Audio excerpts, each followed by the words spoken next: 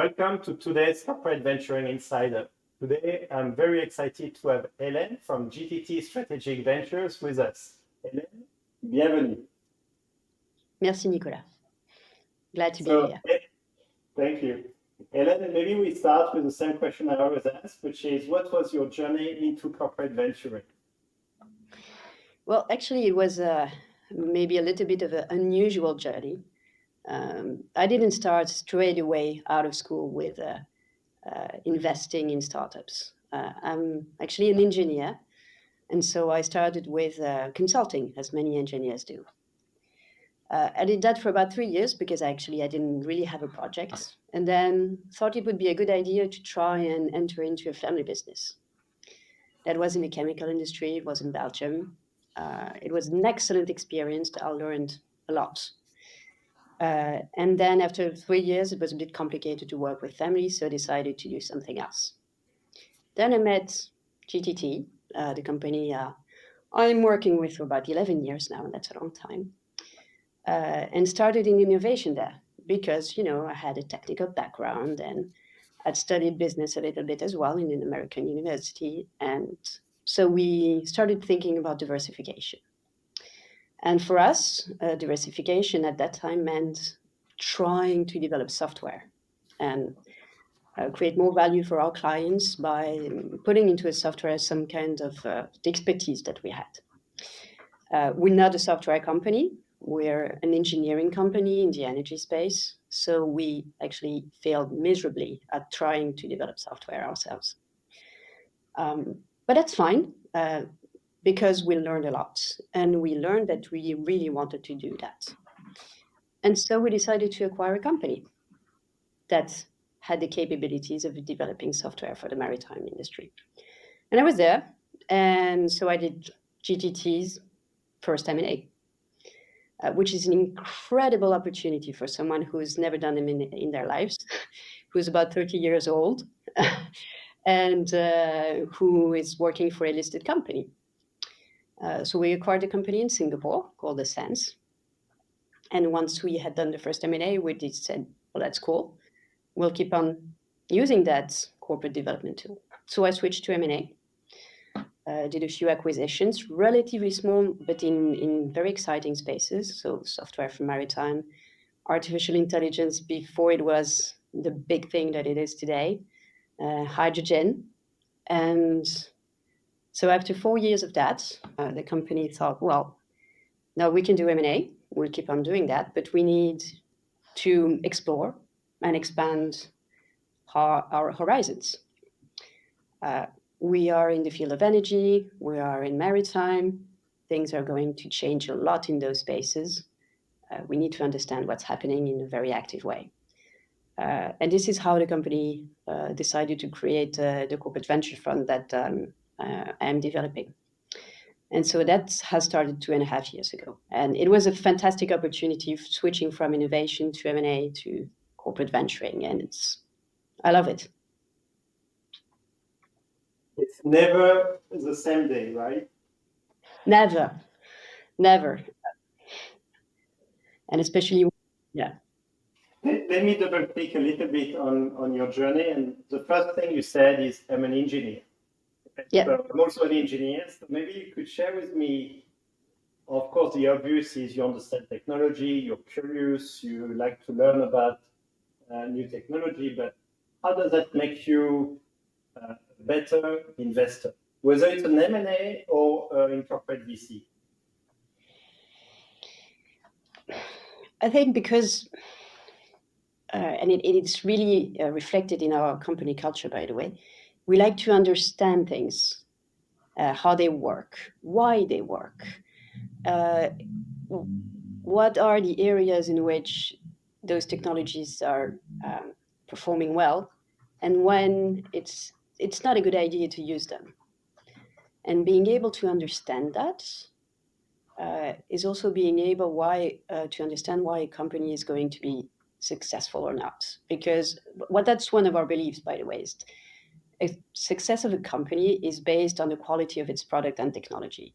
It's not always the case, but it's the companies that we like to invest in. And from there, I think it creates the level of curiosity that is required to be a good investor. So I'll come back to curiosity, but then you layered your engineering background with consultancy for 3 years. How did that help you to look at projects coming from entrepreneurs? Because this is quite formative, the first few years of a career. How much did that shape you?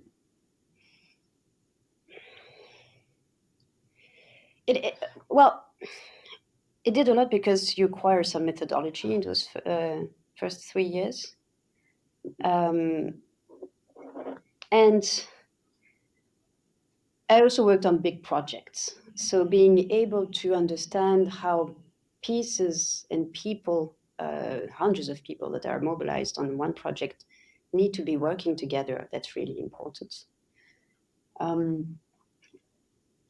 It's far away, and I haven't really thought about that experience in quite a while. But I think the key learning there was about processes and how processes. Yeah. Yeah. What type of process are you building that comes from that? Well, one of the processes I'm building in my corporate venturing activity is sourcing, which is a key topic, really, really important topic. And actually, when we started this journey, we've had a few interviews ourselves with people in that space who said you really need to think about sourcing. It's one of the most important things. And so we have built processes around sourcing. We have 4 sources: internal sources, the ecosystem, also a few partnerships that we have built with accelerators and incubators who feed us with very good ideas. And finally, and this is something that you always need to work on, it is about communicating and being out there and getting known. So that's one of the processes we have built. And then also how we process our deal flow. It's one of the key structured process that we have. How do we analyze? How do we select our companies? And then how we invest and how we follow our portfolio companies. So I'll double click on the sourcing because I remember when I proposed TDK Ventures to TDK, to the board of directors, one of their questions was, how are you going to have entrepreneurs knowing about you coming to you? And I'm wondering, first, did you have that question and how did you answer it? But also, how are you building the sourcing? Because you're early in that CVC's life, which means everything is still fresh in your mind, and that could be helpful for everyone who's listening, thinking about starting a CVC. Well, it's actually it starts with attending physically a certain number of conferences in the space that you like to invest in. At least that's how we started. So we had spent a bit of time first defining the areas in which we wanted to invest. For us, it was mobility. We thought a lot about maritime when we think about mobility, but it's mobility in general. It's the energy transition, and it's about digital for maritime. And so we started to attend conferences there. And what's absolutely fantastic about conferences is that you naturally meet a lot of people who have the same goal as you have, which is meeting other people. And some of the conversations that you have are great. Some of them maybe are a bit less interesting for you as an investor, but you are creating a network. And also learning how other people get out there and design their sourcing. So 1, conferences. 2, we have also leveraged our network.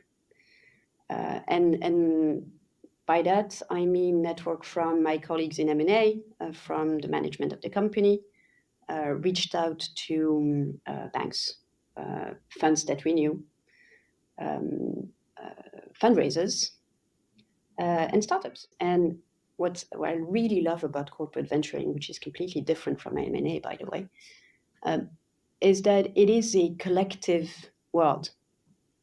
Well, where people are open to introducing you and themselves to others. That's how it works. And if once you have understood that, you have started. It takes time. It's about 2 years building a deal flow that is, for us today, about 500 opportunities and startups that we have a look at per year, but for a very small team. But it's becoming significant. Yeah, actually, you mentioned small team. So how small is a small team?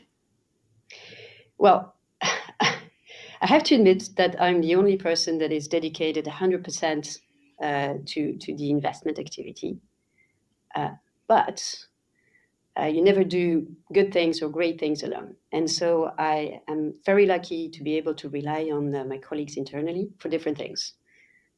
Whether it is due diligence, identifying new companies, or even representing us in the board of our portfolio companies. And so I think that we're about 20 people that on a regular basis are involved into CVC within the group. I think you're going to be very empowering for many people listening, because most people think to start a CVC, you need to have 4 or 5 people full time. We are going to discover how you're doing it with just one person full time, and of course, a team around you helping you from the mothership, including being on the board of your portfolio companies, which is something I also want to ask about. But I want to go back to your introduction because you said something I really liked. We mentioned that GTT tried to diversify and tried to do software by themselves and failed trying to do it by themselves. And you learned a lot. And this, just saying it, already tells me a lot about the company and the way you're thinking, which is failure is an opportunity to learn and to build something stronger. Can you share a little bit about that learning from that failure that led to this first M&A group and activity and first M&A in reality? Of course. So maybe then I need to be a bit specific about what the project was. So we are a company who designs LNG storage tanks. And so what is an LNG storage tank? It's a huge tank, 30 meters by 30 meters by 40 meters, in which you put something that is very cold, liquid methane. It's actually a very beautiful thing. And it's also something that lives a little bit. So it's a complex mechanical system and that you need to operate it in a certain way. And one of the things that we wanted to do was to model a bit specifically how some of that liquid, which is cold, evaporates within the tank to optimize the handling of that pressure. Okay. And we have the knowledge to do that. We have the scientific knowledge to do that.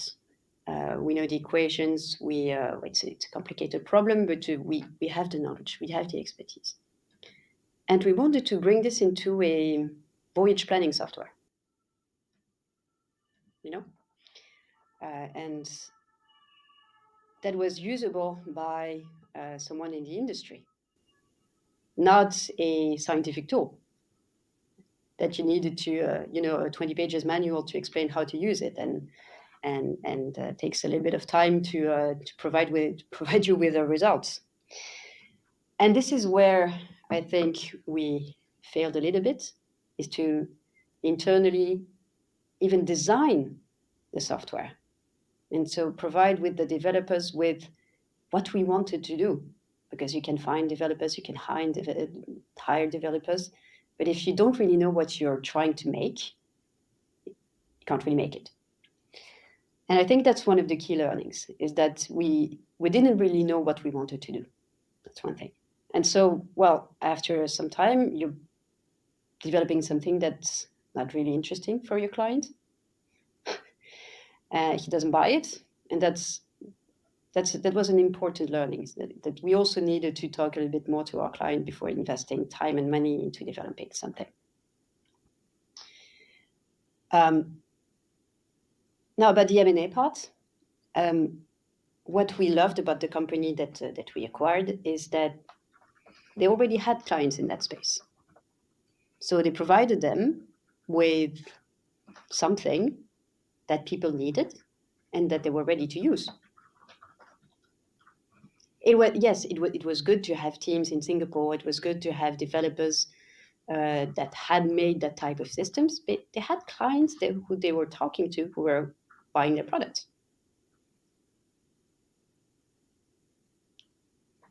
And so if you think about how you build the M&A activity, what do you think was a key discipline that you brought from these learnings into that activity of M&A?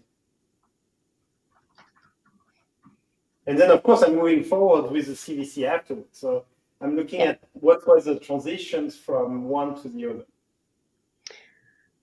So absolutely. Again, it's about finding, identifying companies that bring value to someone and understanding how they build that value. So that's the engineering part. And then convincing them and ourselves that we will be stronger together than separately. And I think it's one of the common things between M&A and corporate venturing, by the way, is that the type of M&A that we do is the strategic kind, where we are in a friendly way integrating a company within our group, because we believe it makes sense for the company and it makes sense for us. So we've always been careful when shaping the acquisition to do that with the spirit of we are going to build things together and not coexist. That's interesting because you mentioned the collective spirit of corporate VCs working together. And here you already have that as part of your M&A approach. Yes. And maybe it was because we invented M&A as we were doing it. And so we had the freedom to do it in our way, so to speak. And yes, there is a difficult conversation in M&A about change of control. And that is, you need to have it because otherwise the deal is not clear. But it's easier to have that conversation about change of control if you have a project. You have a common project. Now, can you explain how the start of the CVC started? Was it the CEO who said, we want to start a CVC? Was it you proposing? What was the trigger for moving from what you were doing to starting the CVC?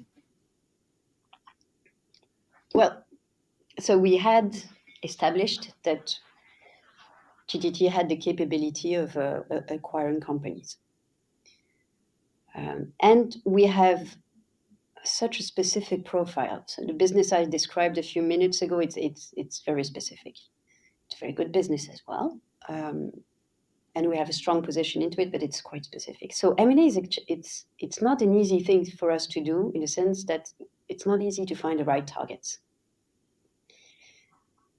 And I think it started by asking ourselves, how do we create a larger M&A pipeline? That was one question. The second question was really about diversification. Again, that extremely specific business is also a bit niche, honestly. And we would like to grow outside of that and beyond that. And because of that specific profile, it's not a very easy thing to do, to identify from top down and strategic thinking the areas in which we want to grow. We have all we have that as well. We have a strategic team, a strategy team who's thinking very hard about those kind of things. But collectively, at management level, at board level, there was an understanding that we needed also to explore, because the world of energy is changing and because the world of maritime is changing. And that there will be some opportunities to solve a certain number of big problems with interesting technology. And this is exactly the spaces that we like, because we are a successful technology company in a certain way. And since those areas are not completely mature yet, who actually knows what's going to happen in the energy transition? No one. Who actually knows what's going to happen in mobility? I don't think anyone knows. So it was a bit difficult to do M&A there straight away. And that understanding helped the CVC project emerge. It's a natural tool for doing that. And strategic analysis is not going to help you completely there. Once you've understood from the strategic analysis point of view if an area is mature enough and good enough for you to invest and acquire companies, it's probably a bit too late. It's interesting because you've mentioned two concepts. You've used the word explore, which is about exploration of things you're not doing today. But it's also very clear that you're looking at exploitation of the current business and how to make the current business stronger. So actually, you're talking about a CVC that looks at both the exploitation part of a business as well as the exploration of new business. That's quite a wide range of strategic objectives. If you were to think about where do you focus more on the current business, making it better versus new type of business, how do you make prioritization calls?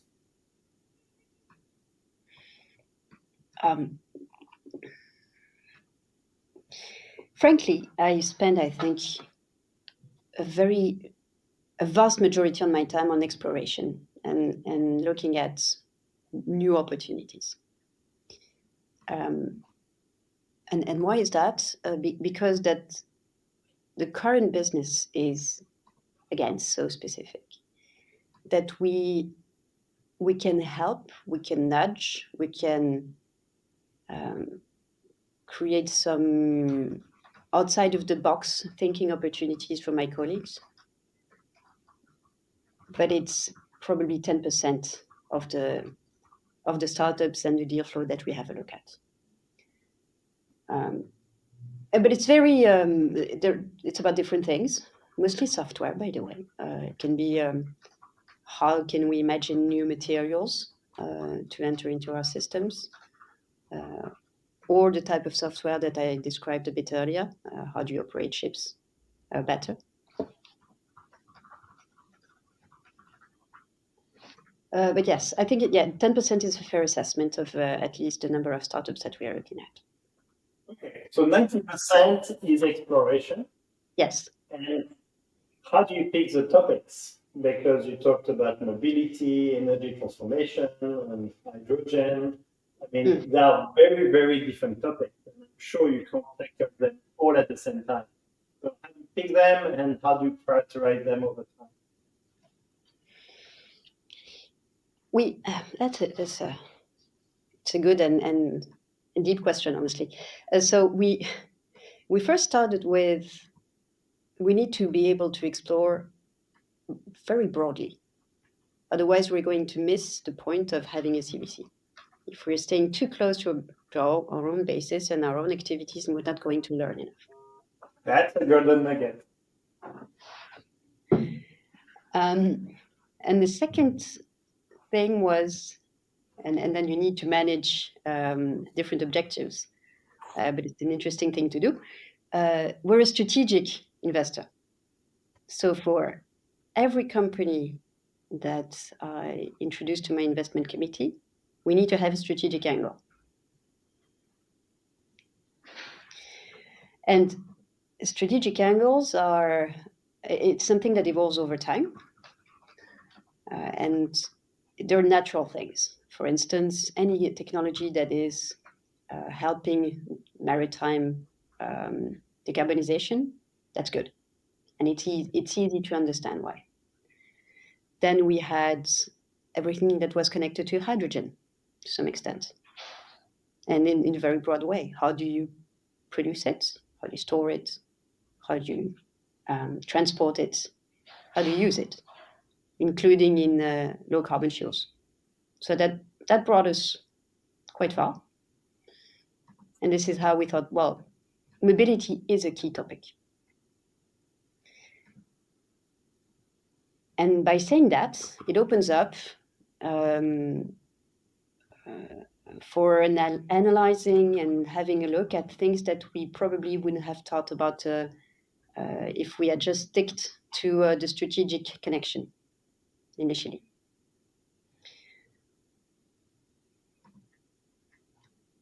And then at some point, we also said, okay, if we want to explore broadly, we need to actively say that there are some areas that we want to explore that are not connected to us.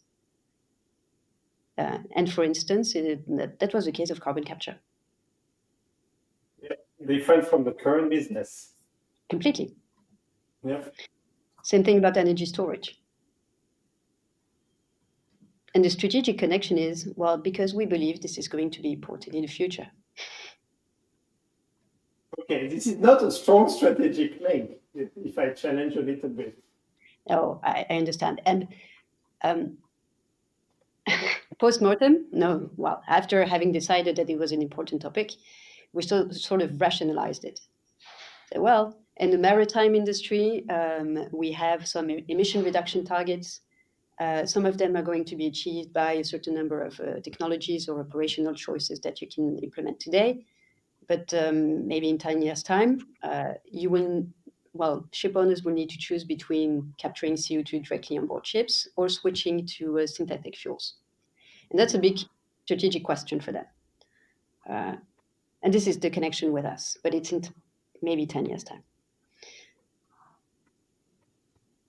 I think it gives you a very strategic view of what's to come and how the business could prepare for it. But 10 years is a long time. You're working with the entrepreneurs who are building solutions for that future. So how are we working with entrepreneurs who are building solutions for the future? Well, first, we are making a connection between them and people in our organization who have some important skills and knowledge that can help them. Let's take an example. We have 7 portfolio companies. And in those portfolio companies, I participate in only 3 boards. So we have 4 people who are from the business, who are representing GTT as a shareholder. And we have identified them and they have volunteered also because they can bring something to those companies. And sometimes it's knowledge about the industry, how to interact with the shipyard, how to discuss with ship owners, how to build an engineering capability from 4 people today to tens of people in the next 2 to 3 years. That's an important skill to have. Or how to design first and then execute an ambitious R&D roadmap. And well, we need to have to ask them directly if it's useful, but they seem happy. They seem happy with the conversations that we have in the board that go beyond, just approving accounts and deciding on the compensation package for the management. Those are really important topics. I'm not saying they're not important, but it allows us to have also conversations about the product roadmaps, about the business, about going to market, and provide the company with some business inputs. and we hope it's useful. And here for the 4 companies where you have people on the board that comes from the mothership GTT, I'm assuming they are in business that are not too close to your current business. They're part of the exploration. So I'm assuming that's how you clear the conflict of interest. Yes, precisely. And we have a very unique position. Again, such a specific business with a very specific business model puts us into the position where we don't have a lot of conflicts of interest. Almost never. Which is very helpful. And so my question is, you mentioned hopefully you bring value to the startups, the entrepreneurs, with these people with very special skills. What has been the value for these 4 people from the mothership to be able to be on the board of a startup? Do you see some extra skills or venture mindset or a way of thinking that percolates through the GTT? That's our hope. It's a bit early to tell because we've only started this, investment activity 2 years ago, and opening up to business board members about the same time. So it is we're starting to see things at the level of those board members. They love what they do. What they say is that it opens up their minds on practical and different things, because when you're manager of an engineering team or a big project, you have a certain mindset. When you need to switch and think about steering a company the right direction with important things at stake, the company needs to find money. We need to make sure that it is successful at some point. We don't want the employees to lose their jobs. So it creates a level of gravity, but it's not heavy, but things are serious now. And it's completely different from being an employee of a big corporate. And so that percolates, it starts to change them a bit, and they love it. And the fact that they love it means that they're talking about it around them, to their teams. And so now I have people from different parts of the business who are telling me, I would like to be a board member as well. When are you investing in the next portfolio company? Exactly. And not because of the title and not because of a bonus that is attached, because there is no bonus attached. It's extra work, and it's a lot of work if you want to do it well.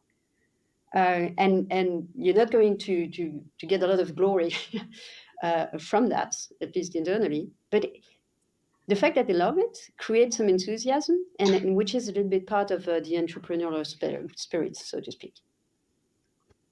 Very nice. And how do you integrate this with human resources? Because somehow it is part of their career progression, career paths, new skills. And also, how do you prepare them before they go into the board if that's the first time they're on the board? Well, this is where we have been a bit entrepreneurial ourselves, because we have started doing this without really talking to HR about it. No, honestly, HR is really happy about that. But so now we need to build something a bit more structured with them. It might be a good thing to do next year. And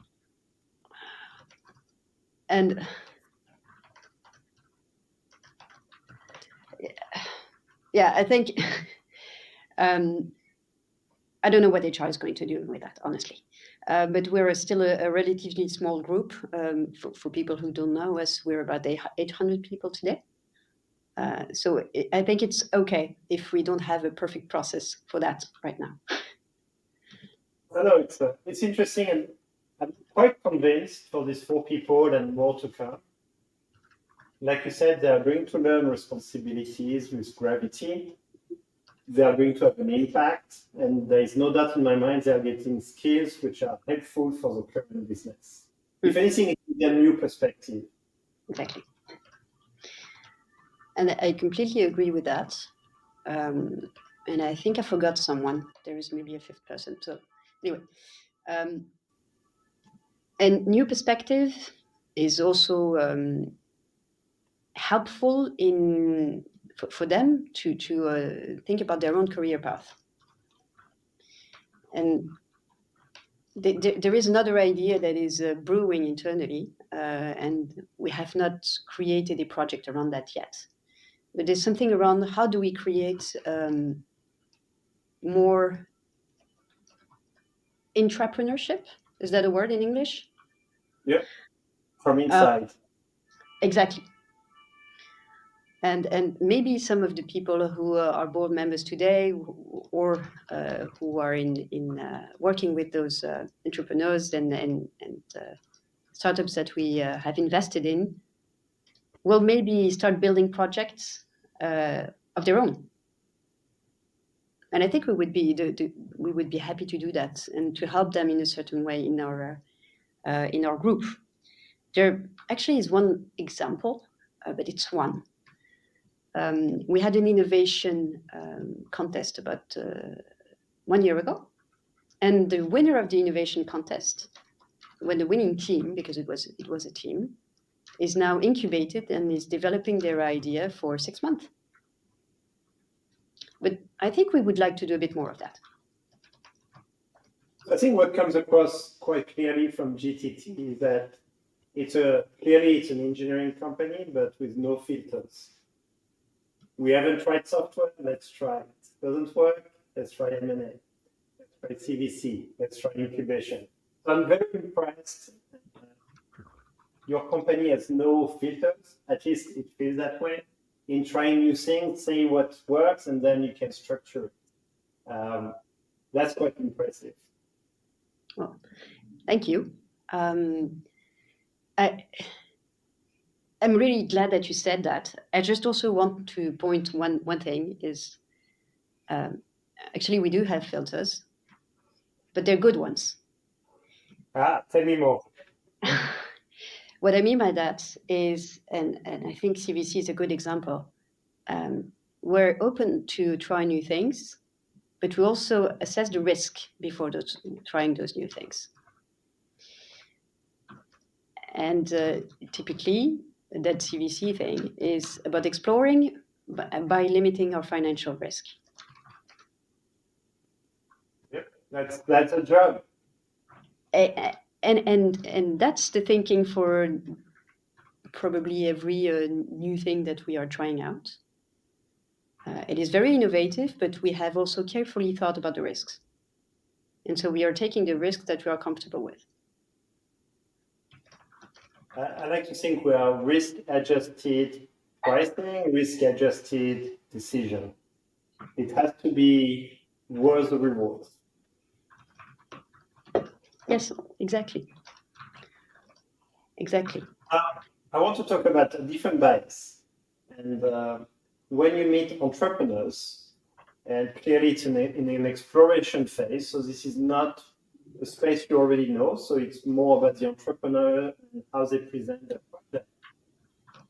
What do you look for to want to know more about their project? And we just talked about filters. What type of filters do you use to know where to deep dive and which ones to skip?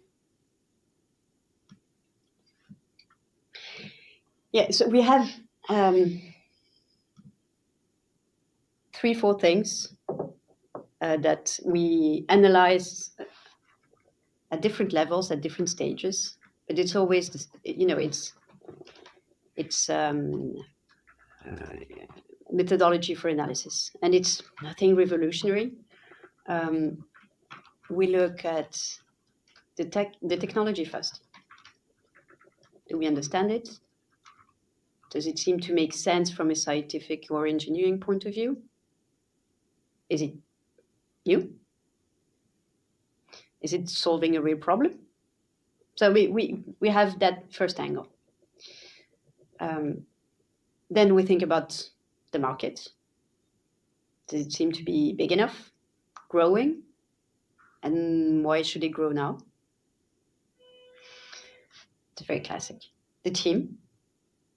the team is really important. And I remember people telling me in the beginning, you need to first look at the team. We'll still look at the product first, but the team is really important. And the level of enthusiasm and professionalism, and both criteria are important, are things that we are trying to assess. And I think it's fair to say that we are a bit wary of people who are too confident. So, and it's a very difficult balance to find people who seem to be knowing what they're talking about without bragging about that. Probably very European, but it's an important criteria. And then, but that's at a later stage. We also like to see business plans and financials that seem to make sense. What I find very interesting is the combination you said about enthusiasm and being professional. This is very interesting. You want the passion, but you also want the discipline of being in the space, knowing the space, and knowing what you're talking about. Precisely. And it's a challenging combination. Because you can find some very enthusiastic and creative people, but who might be lacking the discipline. You use the word discipline a lot, and lacking that discipline. But robots are not going to build a successful venture. So enthusiasm is key. Now, you just use the word I'm going to ask. 5 years from now, what would be a success for you for your CVC? What does it look like 5 years from now? Success. 5 years from now. Well, I think 5 years from now, we would need to start thinking about exits.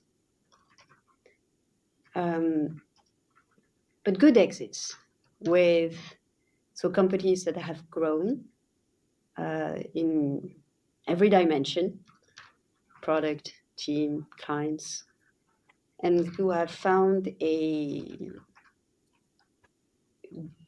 good and satisfactory other new home. So the corporate has acquired them, or found a way to operate by themselves without us. I know that IPO is a holy grail. I don't know if any one of the companies that we have invested is an IPO type of company, but if it happens, that would be absolutely fantastic. It could also mean that one of those companies joins the group. Yeah, because you mentioned it's also about building a pipeline for M&A. I think also a big success would be to have a bigger and larger pool of people from the business who are actively collaborating with those companies, either by representing us as a shareholder at the board, but also having built cooperations and common projects. I think it would also mean that we have a second or a third envelope or allocation to invest, probably larger. The initial amount that we have committed to this initiative is relatively small in the CVC world, is 35 million euros.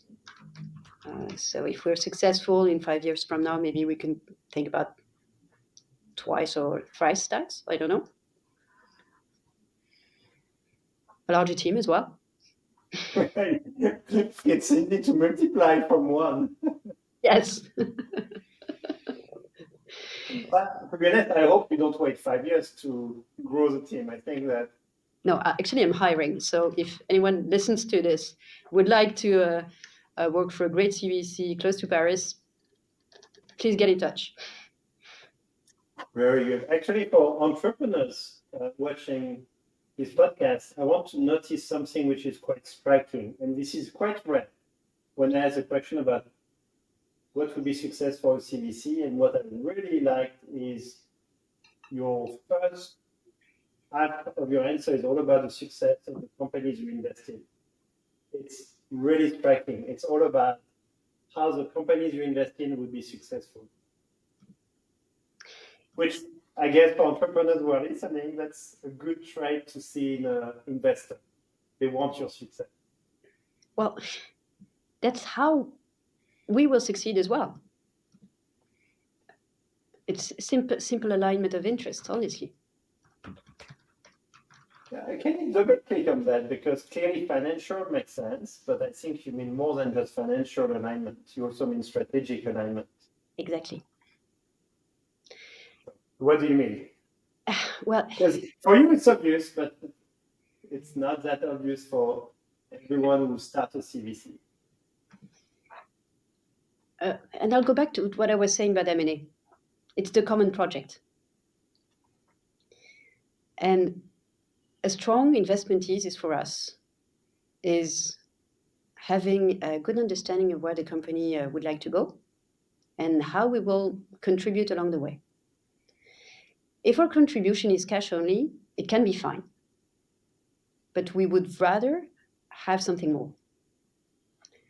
And so since we have that in mind when we invest, we're happy to see our efforts and our contribution being rewarded by success. And that's strategic alignment. Now, something more than strategic alignment I like to ask is about superpowers. So clearly you're already bringing talented people from the mothership on the board of the companies you invest. But is there something that makes you invest in certain companies where you bring more than just capital, where you bring real superpower, something that GTT can bring that no one else could?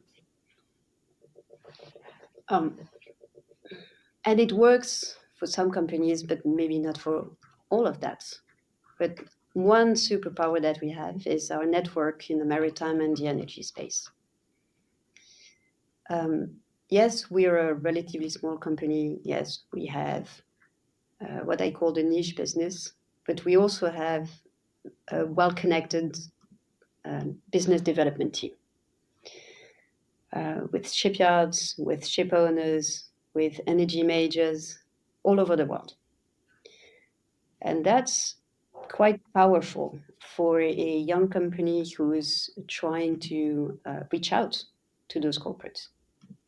So making the right introductions, we see that it is helpful. Our second superpower, and it is, we see it's quite attractive, is that we are running and licensing business. That's our core business. So we design technologies, we file for patents, and we license our portfolio patents to our clients. So we have a bit of experience in IP strategies and also how to handle a licensing business. It's very specific, and you need. It's a business where you need to bring value to your client beyond the license. Otherwise, that client is not going to be happy. So that's experience that we can share, and of course, just that to the business of the startup and the company. But I think that every tech company is who's not in software is dreaming about an IP licensing business model. So we can have those conversations that go beyond concepts. So in practically speaking, how do you do that?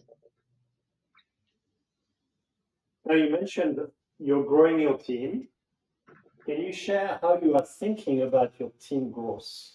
Because clearly you're thinking probably from where it's the most painful today and you need to grow, but how are you thinking about team growth? So what are our key activities?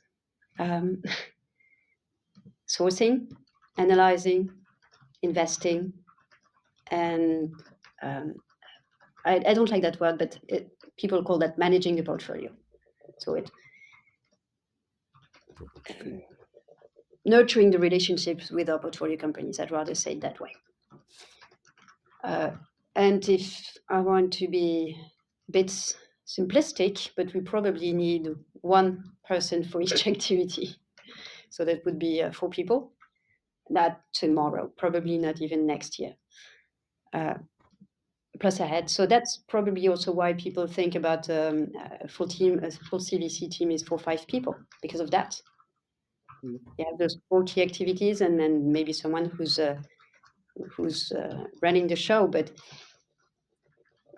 so over time, it's probably the structure that we will have, and everybody is doing a little bit of all those key activities as well, because they're all important, and it's also important to have those cross capabilities.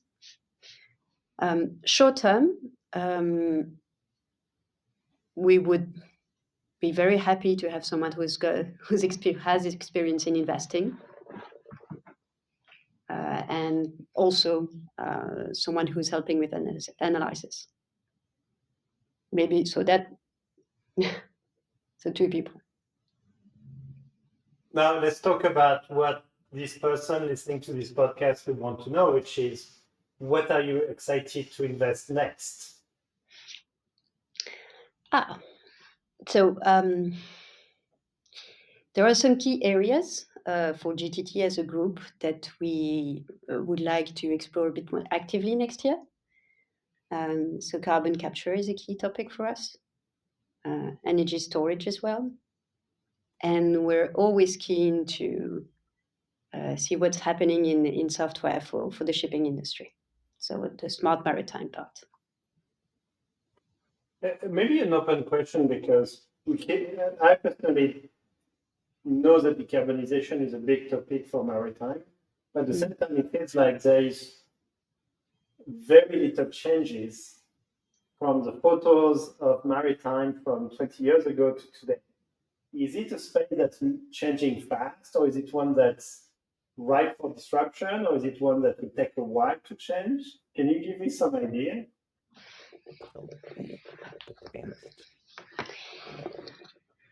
Shipping is it's a very rational industry.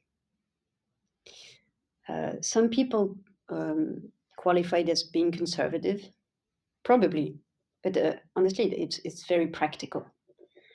And so if people in that industry find a way of complying with regulation or achieving emission reduction goals in general that is relatively easy to implement without changing too much things, they will do that first. And it's probably the right thing to do.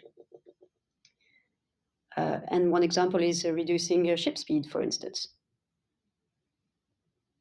Simply by doing that, physics tell you that you can reduce emissions a lot, even by, and in an objective term, a ton transported per mile. And the thing is, what do you do when you have exhausted all these very practical options? And this is where it becomes interesting. And so that industry has that understanding, and so it's testing the technologies they want to implement tomorrow. And yes, from the outside, when you look at the ship today and the ship 20 years ago, it looks probably the same, but inside, it's starting to become different. And innovative ship owners are piloting very disruptive technologies that people wouldn't have thought about even 10 years ago. So there are carbon capture pilots live today. There are some fuel cells on board certain ships. Well, it's a difficult time for fuel cells, but there are some pilots. They have changed the design of the hull to use less energy. They're thinking about waste heat recovery or different kinds of engines. And everybody is thinking about the fuels of tomorrow, of course. I think I'm going to introduce you to my investment director in London, David, who's looking at maritime, the deep exploration, and he's also looking at investing in carbon capture. So I think there is a big overlap. Well, happy to meet him anytime. So as we end the podcast, is there anything you wish you knew when you started the CVC that you've learned afterwards?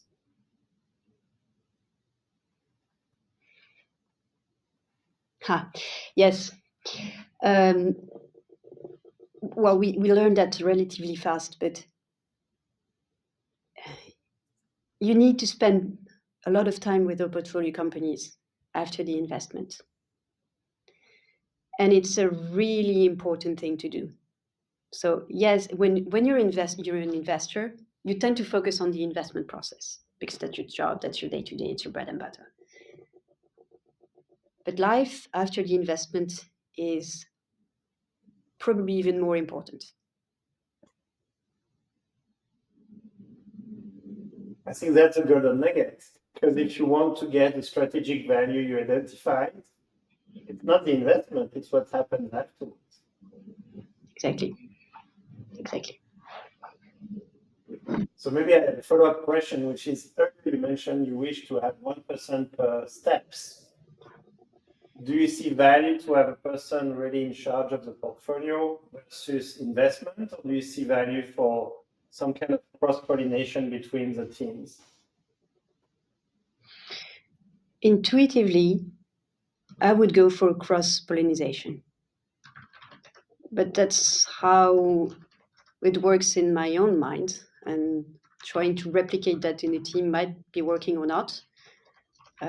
What I also believe is that you need to be flexible. And so trying one organization, see if it works or not. And if it doesn't, fix it and try something else. Yeah. Hélène, thank you for your time on this podcast. What I really appreciate is you always answer giving the context of how you got to a certain decision. And for people who are listening to the podcast who are thinking about starting a CVC, one is you help frame how you decided, which means they might reach a different conclusion with the same framing because they have a different mothership, different objectives. But also you showed that you can start a CVC with one person and team or in the mothership and be quite effective, making 7 investments, and clearly focus on bringing value to your portfolio companies. So that was really, really good. Well, thanks for having me. It's always good to be able to talk about those experiences. You're learning as you talk about them, honestly. And well, I hope that it'll create and open up new connections. Thank you, Hélène. Thank you, Nicolas.